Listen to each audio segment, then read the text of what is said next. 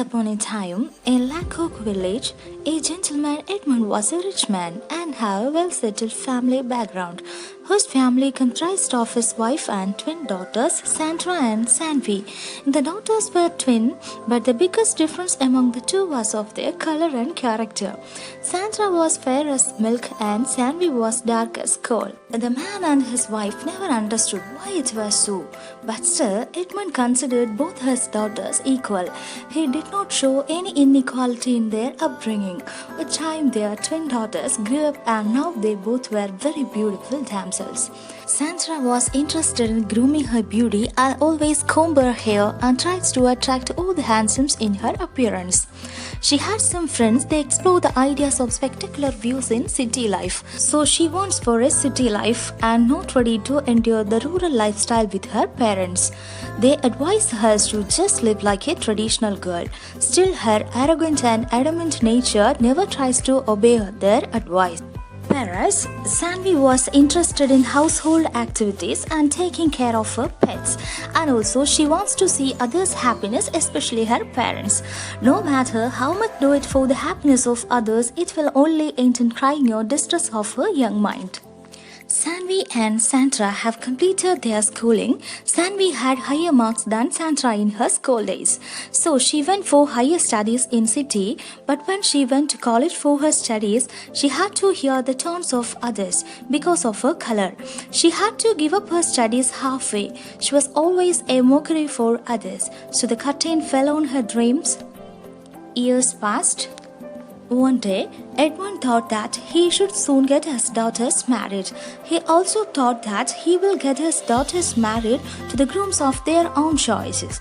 And so this year, on his 20th wedding anniversary, he arranged for a feast. For his wedding anniversary feast, he invited all the bachelors and their families.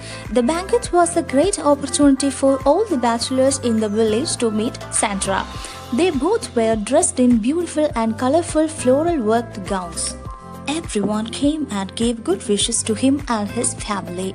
Everyone's eyes were on Sandra's beauty only, but no one looked at Sanvi at all. After the feast finished, Sanvi went to her room and began crying. She whispered with deep frustration, "No one likes me. No one looks at me. Is it my fault that I am dark in color?" Sandra also came the same room and tries to scold her, because nobody can going to marry. Till the end of your life, you will live just like a slave. With a gentle laugh, she moved away from her room. And just then, Sanvi's pet dog came near to her and she began crying with holding him. Her dad and mom also there. One day you will realize I'm saying that men's beauty is not in their color but in their nature, said her father. But this was not a comforting word for Sanvi. She was so sad to break up with everyone. In the end, she tried to commit suicide without feeling sad. In the south side of the village is a large forest. When she go into the jungle, there are high rocky cliffs and the darkness were very frightening. There is a pond close to the mountain. When she started jumping down, she heard something and looked back. There was a lot of fireflies are riding with lightning and a very beautiful male figure come out of it. He asked to her, "Who are you? What are you doing here? Your activities are not enough good. Your parents are always waiting for you at home. Go back to them." But she is not ready.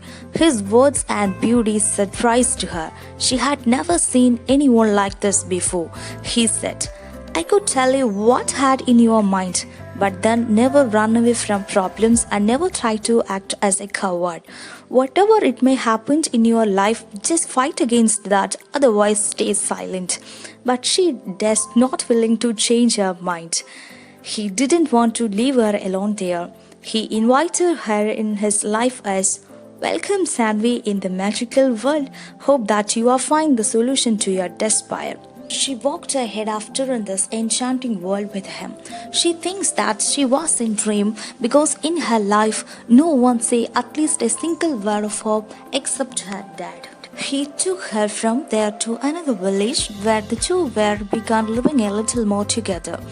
He helped her achieve whatever she wanted in life, especially he provided enough education for her.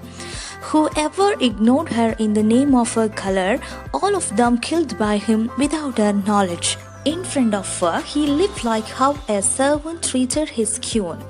She could see in his eyes the father who always did what was good for her. She felt a little more secure in his arms all the time. Similarly, she has heard many ridicule from the mouths of the villagers in the same village where she lives. But it is because of the love of her companion, she has tried to forget everything, and she would like to spend her times with her beloved. He always shone as a light in her life, so others' chance doesn't matter for her. When he was left the house, the neighbors were told her he was a ghost that's living with you. But Sanvi was never tries to believe it. She thought that the villagers would say she was happy with her companion, so they feel jealousy on her. In the following days, none of the villagers cooperated with her, so she felt loneliness in his absence. She was also asking herself if what they are saying was correct. The day before, the new moon day, had a quarrel with each other. Immediately, his beautiful blue color eyes turned into a gigantic red blood color. Soon she would be unaware of his image. That day, she only noticed the color changing of his eyes, but now she is suspicious on him. Still, she was too hard to believe the words of the locals. When he came back to home after his huntings, she said that tomorrow is her birthday. We should go to the temple, but he refused. Two of them got into a fierce argument. She said that if he didn't come with her because he had no love for her. As soon as he heard this, he became very angry because of anyone who said that he did not love her, he could not bear. Immediately, he took out his gigantic figure, a monster ghost, with fiery red blood eyes. She was totally terrified, as well as there was a cloud of rain. It was dark. The dreadful wind began to blow. Huge monster larvae emerged. She submerged under pressure. In a moment's rage, he had forgotten even his human image in front of his beloved. She got scared and ran away from here to another village. She doesn't even bother to stand there for a moment. When she was reached another village, she was so tired and sitting under a tree. When she remembering all that happened near past, tears were coming from her eyes. After a long time, she went to sleep. And when it was evening, an old lady came by and saw a girl sitting under a tree and went near to her. She knocked to her wake up from the drowsiness. The old lady invited her to her cottage and asking why she was sitting here alone. Then the lady fed Sanvi with enough food and water. She was satisfied with her care and hospitality. Later that, "What's her name? Where's the house? After that, why you came here?" like she asked her. Sanvi began to telling everything that happened her life to her. At first, she felt a little sad, but then she felt resentful and embarrassed. The two were walked some distance and came to a large garden. When she looked in the garden, she got shocked. While she watching the garden, they were fine. It was not just humans, they are supernatural also. All those people are human women who have suffered a lot in their life. These are because no human being, but they can make them happy. So they are very happy with the supernaturals, utters the old lady. There is no money or beauty, but some are rich in their mind. Not everyone understands that. The rest of the human beings in this world exhibit the demonic nature. Didn't the gigantic creature of human form acquire all that you desire? Didn't he want you to live a happy life like everyone else in this world? Didn't you once going to die and he take you and give a new life again? The old lady asked her a lot of questions like this. If you think all his fault, then you are never a good-hearted woman. So don't let you go back to him. When you wept for the love that was given to you, get back. God sent you another one to love you more than his life. She felt a lot of guilt as well as scorn when she heard all those words from the old lady, and also she realized her mistakes. Sanvi goodbye to that lady and went to meet her better part.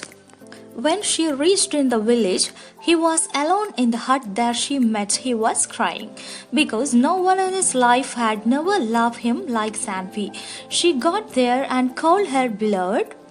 Ash? Hey Ash! He got a real feeling of 1,000 electric shocks at her presence. Suddenly, he wiping his tears with a great pleasure. He hugged and kissed her tightly. And he said to her, if anyone who finds his real gigantic image, then he can't get back his human image in front of them. But still, she treated him as her first child. They both felt guilty for what they had done and apologized. The two decided to live happily ever after. When morning rises, both of them free from all past burden, she walked with him a lot of joy like a flash of a lampy all over the world. She also saw a lot of sufferings from others. She was very upset and gave them a valuable advices they needed and told her that the character is everything, doesn't matter in your body color. Just wait for the perfect time your life become best and colorful.